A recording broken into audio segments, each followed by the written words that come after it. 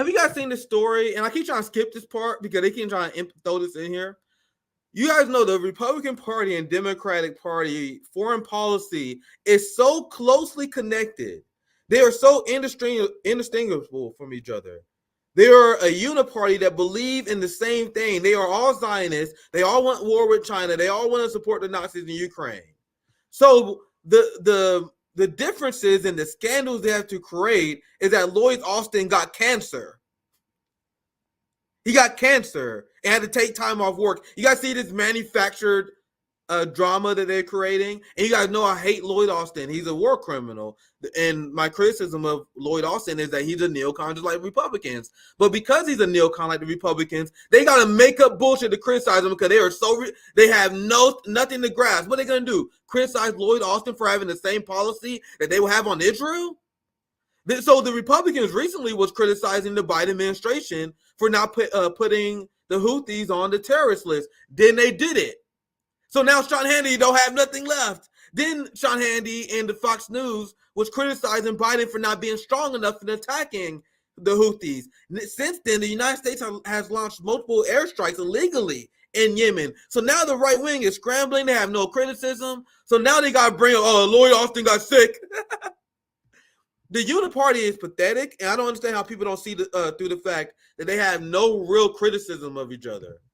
Later, that Joe Biden found out he actually had cancer, or actually had a prostate problem. Anyway, here with reaction is former Secretary of State Mike Pompeo. We do wish him a speedy recovery. So we were told, Great Britain and Joe Biden, they responded to the Houthi rebels. We find out later that at the most, maybe 5 people were killed. Now the Houthis are firing ballistic missiles. We only killed 5 people and just killing little people. At American ships, and there's no response as per usual. Your reaction? So that's a lie. You guys see how desperate the uni-party is to push this division between the parties? And this is why I have no tolerance for the Russell Brands and the people who pretend that Trump is different. And we're going to cover this later, how Trump's going to do the same thing. You guys see how they got to pretend that there's a difference between parties? They said Biden hasn't responded. That is not true. Biden responded in an inefficient way. When they cover this later, where Biden was called out for, they said, you started bombing the Houthis, and you claimed that this was going to deter their attacks. And ever since you guys bombed the Houthis more, the Houthis increased their attacks. So doesn't that show that your policy is a failure? So Biden is doing the exact opposite of what Sean Hannity is saying here. So they lie so many ways, and people who still believe that there's a difference between these parties, anyone who is not in the post-duopoly camp like us and Do Dissonance and our friend Kate at Harlan's Media, who thank God has been restored on YouTube, if you're not part of the post-duopoly camp, you pop it on one side over the other, you are deeply a serious person. And we're going to get to this later with the MAGA movement, the MAGA. How do you pronounce it? MAGA? Make Israel great again movement got exposed. And you guys see that Mike Pompeo, who is MAGA, is also being exposed here. This is a problem that was a policy-driven problem. The Biden administration got this wrong from the outset. You're right. We designated the Houthis a foreign terrorist organization. They now have had to acknowledge that, whoops, these guys are really terrorists. They were firing missiles into Saudi Arabia. I remember Speaker Pelosi screaming at all of us because they wanted to try and get food and aid in there, when in fact what we needed to do was inflict a real cost on these very same Houthis that are now disrupting sea lanes, going to make food prices for Americans more expensive. So he just called for collective punishment on the Yemenis people, because he claims, I don't believe him, but he claims that Nancy Pelosi and Democrats were like, let's get the aid into Yemen. Well, I guess that's fair, because they did lift the terrorist thing, and China is the one who brokered the peace deal between Saudi Arabia, ended the genocide here in Iran, which led to peace in Yemen. So they had to let aid get to Yemen. But Mike Pompeo and the right wing, they are arguing because they lost to the Ansar Allah. Saudi Arabia and the United States lost to Ansar Allah in the war. So because of that, they had to implement a blockade. You know the thing they call the Ansar Allah terrorists for? Yemen is a terrorist country for blockade, but you guys lost a war against them in Yemen and lost control of the country. So you guys responded by implementing a blockade that starved tens of thousands of children in Yemen. That's the Yemen genocide that people have been covering for a long time. That was a temper tantrum because Saudi Arabia and the United States lost to the Ansar Allah in Yemen. And now the same thing's about to happen. And now Mike Pompeo and the Biden administration, by putting the Houthis on the terrorist list, they want to punish the Yemenis people again because the Ansar Allah checkmated the United States with this blockade. But I'll let it continue. He is calling the Ansar Allah terrorists. They're calling Yemen terrorists as he advocates for a war crime, collective punishment. They wanted to try and get food and aid in there when, in fact, what we needed to do was inflict a real cost on these very same Houthis that are now disrupting sea lanes, going to make food prices for Americans more expensive. And you got it right as well. They fundamentally misunderstand this threat, whether it's the Biden administration's efforts to restrain Israel when they need to destroy Hamas, or the administration's effort to pinprick Iran when they're threatening the lives of Americans, 125 plus attacks on American interests in the Middle East. This is unacceptable. We can't let this happen. And I'm continue praying for those two Navy SEALs. But this is precisely the kind of thing that happens, Sean, when America isn't strong and doesn't deter our adversaries. I at this point, I just think all the world's. This thing about deterrence, using war as a way to achieve peace, is evidence that the United States is probably one of the dumbest societies that ever exists. The fact that people think this is true. So, after you guys waged war with Yemen for 7 years, after you guys sponsored a genocide against Yemen, after your offensive against Yemen, the Ansar Allah in Yemen is more anti-United States than ever. The Middle East is more anti-United States than ever after the Trump administration, after the drone strike came Barack Obama, after the war in the Middle East. So that one data point, this proves your bullshit that being aggressively strong dissuades countries. It's an unhinged ideology because what they were saying is that we are going to pass the baton, the burden of maintaining peace on people we claim are unhinged. So the right wing in America, they claim that Russia is unhinged. They claim that Iran is unhinged. They claim that China is a crazy country. But based on their foreign policy, China, Iran, and Russia are constantly forced to be the country that had to disengage. They put Iran in a position where they had to disengage because Mike Pompeo believes in max deterrence, where you put maximum pressure and then they freak out because you're so crazy, they back off. And that's how you get peace. That's peace. That's the peace through strength mantra that has dominated our mainstream society. This is the same peace of strength mantra that Trump just repeated in a CNN town hall. It's neocon ideology repeated by the MAGA movement, which is why it's absurd that people believe that MAGA is anti-war. Let's continue. Sees as a cognitively impaired, weak, and frail president. And I've got to imagine, based on the fact that Joe never responds seemingly to any incident, that they think they have free reign. I have no doubt this year, while Joe is president, that in fact the reunification of Taiwan with China is going to occur, meaning they're going to try and take over an independent state. How does this guy has a monetized Facebook, Instagram? Like, shouldn't his social media accounts be pulled? Because you guys know, according to NATO, you guys know, according to the UN, according to Western institutions laid out by the One China policy, Taiwan is part of China. Our country's crazy, man. I'll let it continue. Jesus Christ. Do you disagree with me? I hope I'm wrong. Yeah, I hope you're wrong too. I don't know that they'll do it this year, but your core point, which is that our adversaries see this moment, right? They can see that President Biden is not up to the task of defending American interests. Whether it was what happened in Afghanistan, where we had 13 Americans killed, or the invasion by Vladimir Putin into Europe. These are the kind of things that happen. Mike Pompeo, you was in charge and you was part of the instrumental process in the United States government that led to us losing to the Taliban in Afghanistan. anyone that was in the government over the last 22 years, you have no right to criticize anyone on Afghanistan because you guys lost that war with your policies, sir. Happen when America isn't on watch, doing the basic task of convincing our allies to defend themselves and supporting them when they do. Whether Xi Jinping will actually move on Taiwan in the next 10 or 12 months, make no mistake about it. They know that President Biden's got another year. He may only have that one more year, and they're going to do everything they can to seize the leverage and the moment to make this next administration's job even that much more difficult. I honestly, they really think that our fucking weak ass military that can't beat the Taliban in Afghanistan. You guys couldn't beat farmers in Vietnam. You guys couldn't beat the Koreans, but your they, them, he, shim, fucking Gen Z army is going to defeat China, one of the largest navies we ever seen. If you're a parent and you allow your children to sign up to the military, you are one of the worst parents of all time. They're signing your children up to die. They just talk about, we had soldiers die in Afghanistan. Boo, boo, boo. Oh, we had Navy SEALs die in the Red Sea. Boo, boo, boo. Stop sending soldiers to die. We don't have warriors in this country. We have consumers. We have people that like to go to the mall.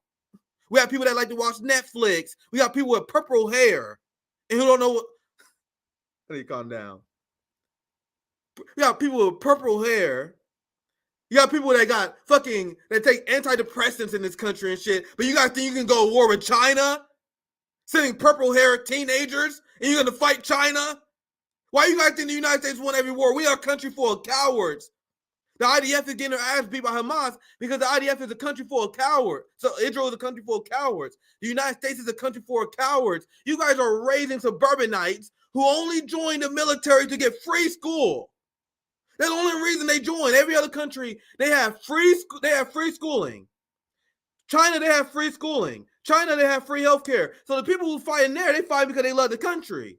In the United States, motherfuckers fight so they can go.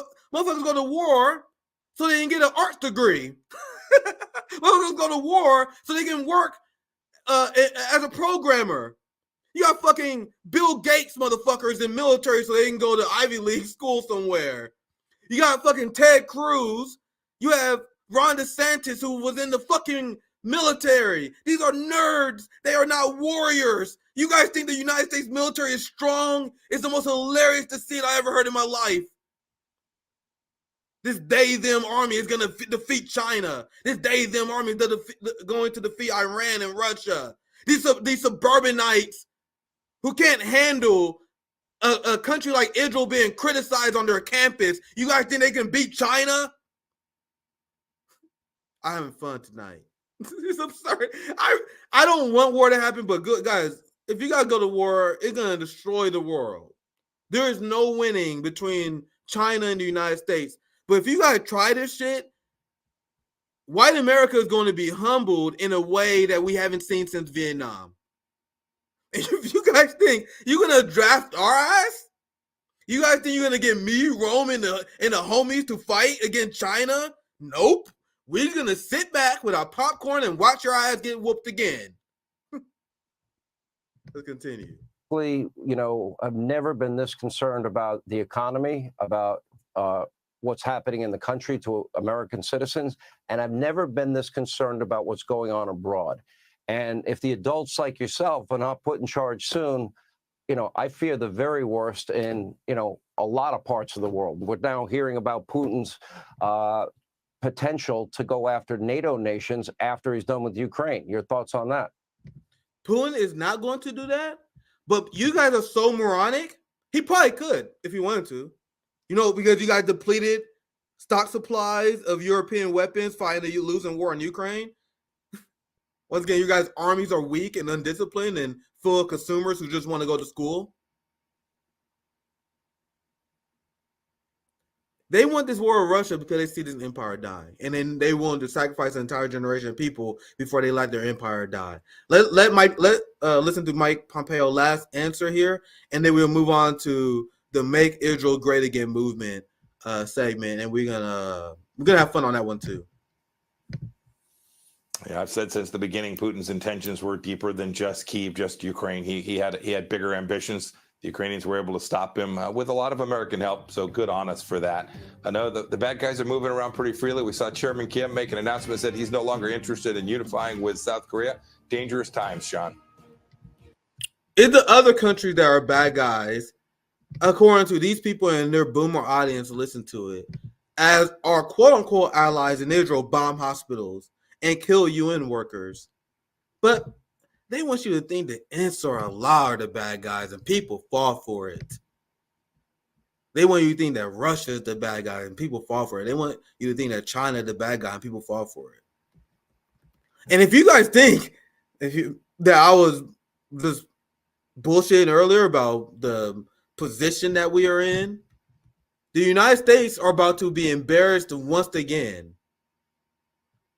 The Biden administration is about to be embarrassed because they got into another conflict they're about to lose once again. The Biden administration is taking so many L's against the Ansar Allah. This regional war prospect has been so horrible. There's now warnings about a potential war power coalition, bipartisan war power coalition, to stop Joe Biden from engaging in this conflict with the Ansar Allah that will lead to our eventual defeat. Now I'm gonna just read a little bit of this. Obama admin Ben Rhodes warned White House about potential for bipartisan war powers coalition over unauthorized conflict in Yemen. This has the potential to be one of those left-right issues that's a dangerous place to be with Congress because you can get to a bipartisan majority pretty quick. They were talking about how, if I'm reading this right, they're talking about how dangerous it is for a bipartisan consensus to stop a war from happening. Wow. Fucking wow. How long is this video clip? Actually, I watched the clip. I actually didn't watch the clip version of this. I read it. So let's watch the clip. Let's watch it. Maybe I'll get more context after hearing the tone of his voice as he described this. Because when I read it, it sounds like he's upset about democracy and bipartisanship. But I don't know. Let's see what he says. I think what's important, what you heard from Jai Paul and Ro Khanna, is there's consistency to their position. In the Trump years, there was a coalition of a lot of Democrats that opposed even the participation of the United States in the Saudi-led military intervention in Yemen because there was no authorization from Congress. And I think it's really important, whether you're talking about domestic laws relates to war powers or you're talking about foreign policy, that we can't change our positions just because the Democrat is president, And I'm sure the Biden people will mount an argument rooted in some form of self-defense. Yeah. Chad, I need help here. Is he really making the argument I think he's making? Is he really making the argument that it's bad for Congress to check a president that is on a warpath against a country we cannot defeat to defend a genocide that is massively unpopular? Am I hearing what I think I'm hearing? I told you guys I didn't hear this video. I'm asking you guys for help. If this guy telling me what I think I'm hearing, this is batshit crazy if he's saying what I think I'm sure the Biden people will mount an argument rooted in some form of self-defense. Yeah. Ships are being attacked. And that, okay. There's probably some truth to that. But then take it to Congress. Right. That is different than what was happening before. But I still think it holds that this should go to Congress. And I think what you also hear in Ro Khanna's statement is the reason the administration should particularly do that is this has the potential to be one of those left-right issues where the left is uncomfortable with this because it's the president potentially getting us into another war. And the right, the libertarian right, is similarly uncomfortable with it because it's extreme presidential power. That's a dangerous place to be with Congress. Because holy shit, fam. I'm glad I played the video. This guy is like, there's this thing that happens when you have anti-war leftists that join with the libertarian right on principles of anti-war. And it's dangerous when they join up. Well, I just found a gem of a clip, dude. They just say the quiet part out loud. Who is this guy? This was an Obama guy, right? Holy shit. Yeah, he's from the Obama White House. You guys think Democrats are lesser evil? Holy shit. That's a crazy thing to say. I did not know that. I guess I was just throwing it together. I guess I didn't read it right when I first saw this receipt. That's a crazy thing to say. You have Obama liberals, the average Democrat that they are fearful of a libertarian, left-wing, Marxist, anti-war coalition. Wow. Holy shit, man.